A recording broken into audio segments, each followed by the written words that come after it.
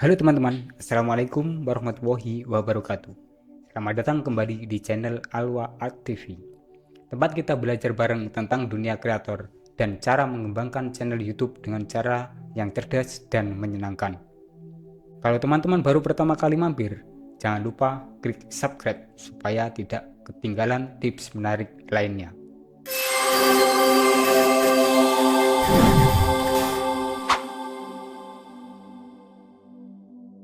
Kadang, perjalanan di YouTube terasa seperti mendaki gunung tanpa ujung. Kita mulai dengan semangat tinggi, tapi di tengah jalan, kadang kita kehilangan arah, kehilangan tenaga, bahkan kehilangan keyakinan. Banyak orang melihat YouTube dari luarnya. Kelihatannya gampang, tinggal upload dan viral. Tapi, bagi yang pernah mencoba, tahu, di balik satu video, ada ratusan jam waktu, ratusan percobaan gagal, dan ribuan detik rasa ragu.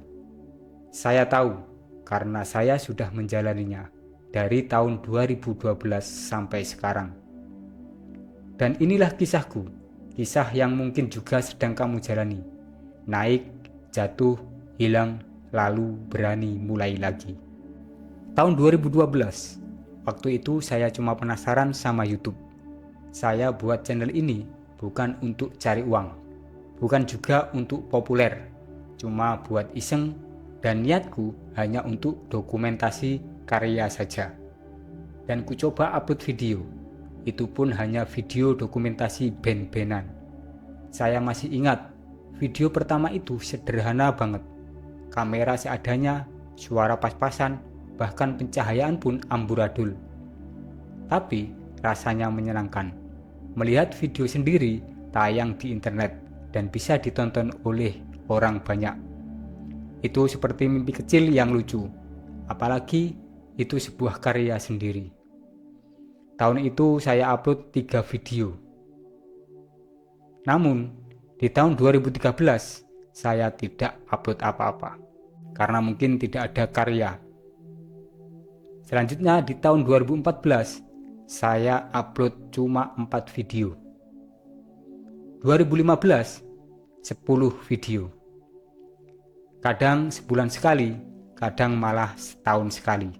Saya tidak peduli views, tidak mikirin algoritma. Yang penting upload dan selesai.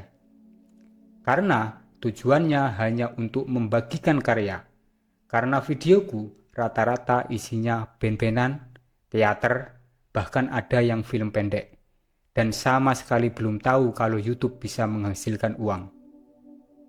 Sekarang, kalau dipikir-pikir, semua itu seperti benih kecil yang kutanam tanpa sadar.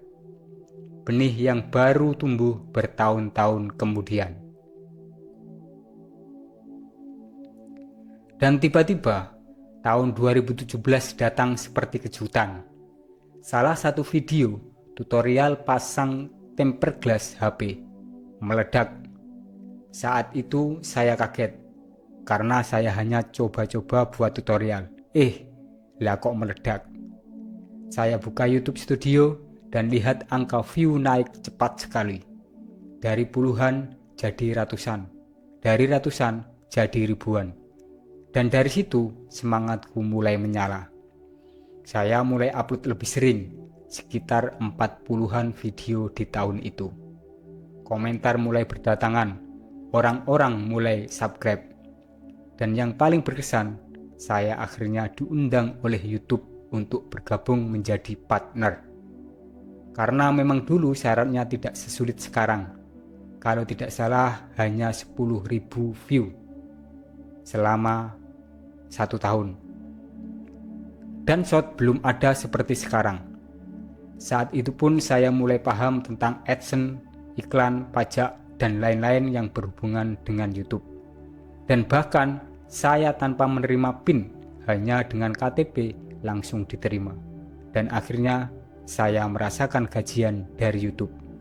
Ya meski tidak sering, cuma 4 kali selama perjalanan itu. Tapi bagi saya itu rasanya luar biasa. Setiap kali AdSense cair, meskipun tidak besar, saya tersenyum sendiri sambil bilang, Ternyata bisa ya dapat uang dari video yang saya buat sendiri. Itu bukan cuma soal uang, tapi soal pengakuan kecil bahwa semua usahaku ternyata berharga. Tahun itu saya merasa ada di puncak dunia YouTube versiku sendiri. Tapi setiap puncak pasti punya turunan.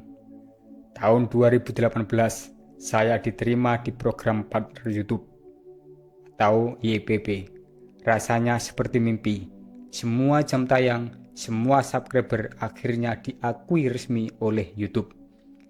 Tapi beberapa bulan kemudian YouTube mengubah kebijakannya. Banyak channel kecil yang kena imbas termasuk saya. Channelku dianggap konten berulang dan tiba-tiba semuanya hilang. Monetisasi dicabut, pendapatan berhenti.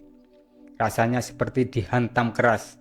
Saya sudah merasa menemukan jalanku, tapi tiba-tiba pintunya ditutup begitu saja. Setelah itu, semangatku padam. Saya berhenti bukan karena malas, tapi karena patah hati kepada YouTube.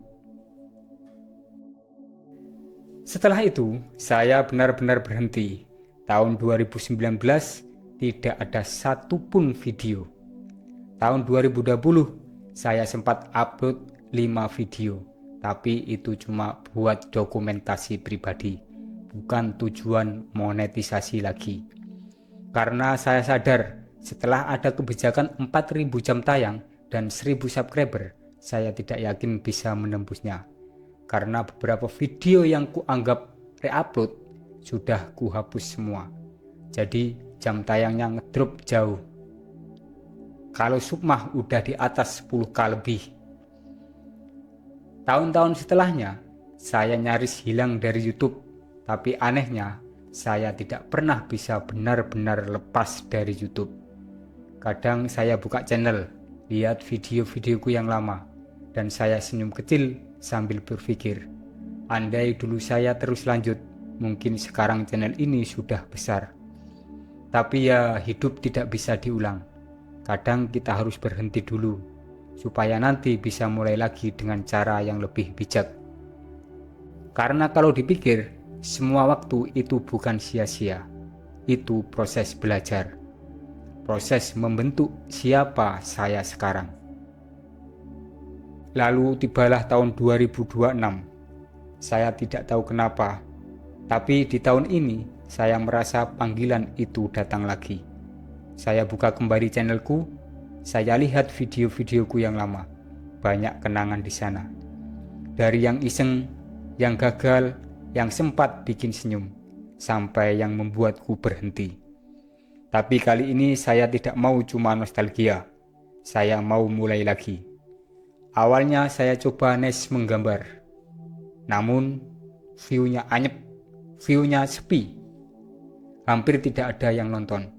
Tapi saya terus upload karena saya tahu dulu pun saya pernah mulai dari nol. Setelah itu saya ganti arah ke tips YouTube seperti sekarang. Saya mulai berbagi hal-hal yang saya pelajari selama bertahun-tahun. Dan sedikit demi sedikit hasilnya mulai kelihatan. Sampai akhirnya saya diterima lagi di YouTube Partner Program atau monetisasi. Rasanya seperti pulang ke rumah lama yang dulu pernah dikunci dan akhirnya bisa kubuka lagi. Kadang saya masih merasa sedikit menyesal. Kenapa dulu tidak saya seriusin dari awal? Tapi semakin kupikir, semakin saya sadar semua fase itu ternyata penting. Kalau saya tidak pernah gagal, mungkin saya tidak akan ngerti apa arti bertahan. Kalau saya tidak pernah dismonet, mungkin saya tidak akan tahu bagaimana rasanya benar-benar mulai dari nol.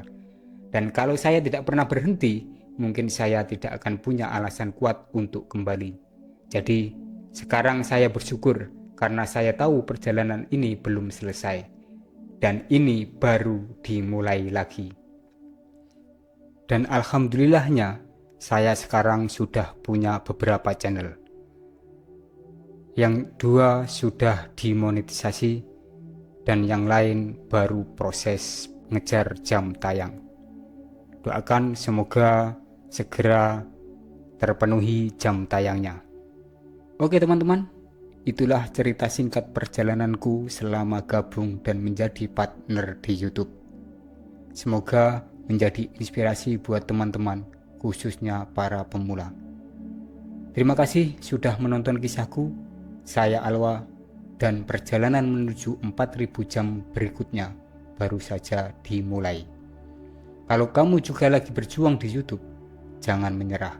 Kadang kita cuma butuh satu langkah lagi untuk sampai di puncak berikutnya. Mohon maaf apabila ada salah-salah kata. Jika teman-teman ada pertanyaan, boleh ditanyakan di kolom komentar. Siapa tahu saya bisa menjawab sesuai dengan pengalaman saya.